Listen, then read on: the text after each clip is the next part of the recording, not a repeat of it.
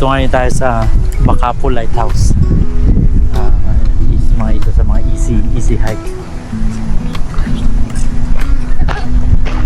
Started to explain it, you gave up. No, because I was reading it. I was like, oh. Ano makikita natin dito, sir? Yung dagat, mga view, tapos yung lighthouse. Yun lang yon. Eh ano yung papunta dito? Bakit sila punta dyan? Beach, na beach yan. Papunta ng beach. Tayo taas. Nakakapatag naman.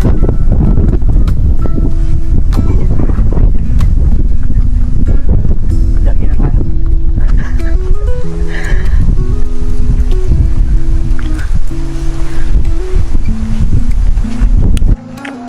Ngayon, bakit tayo ngayon sa Makapo Lighthouse? Madahilan to kasi no, cave naman eh. Na Makapo Lighthouse kasi yung lighthouse nandun. Punta natin.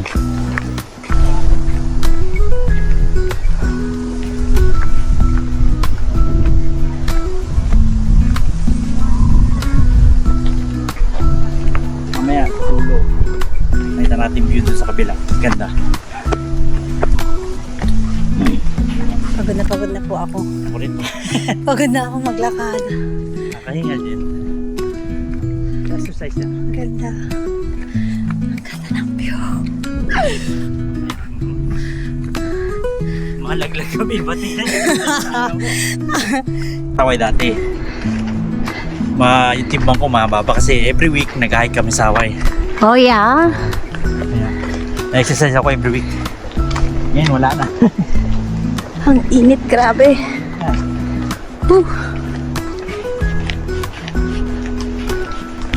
Okay, ito yung first stop.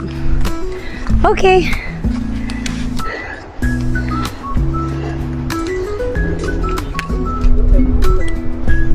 Saan?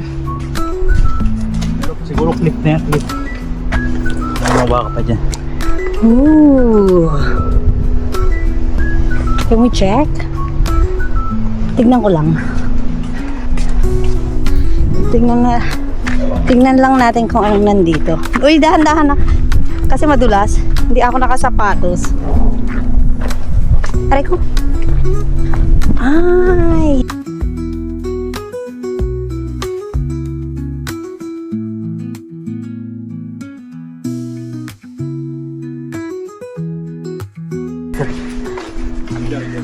Lapit na yan.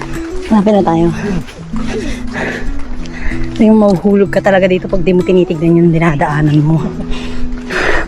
Walang ano. Hawakan.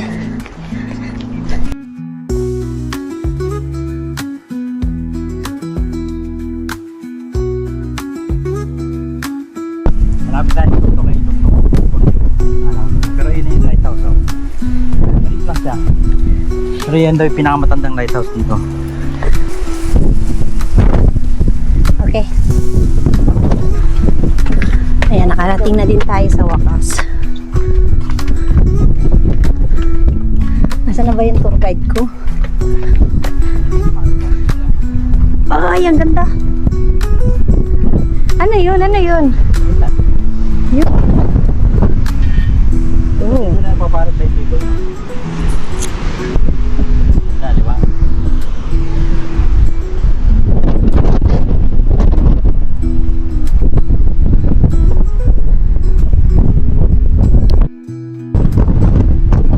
Nasa tuktok na kami. Grabe, sarap to. Ayan, tapos na kami mag-hike. Matapos din. Saglit lang siya. Like an hour. Diba? Yeah. Ayan. Ngayon, pababa na tayo ngayon. Ito na yung pinakamadaling part na hike. Yung pababa kasi puro pababa na. Chill na lang. Chill na lang tayo, babe ka. Wow, chill na lang daw Dapat kami. ganun.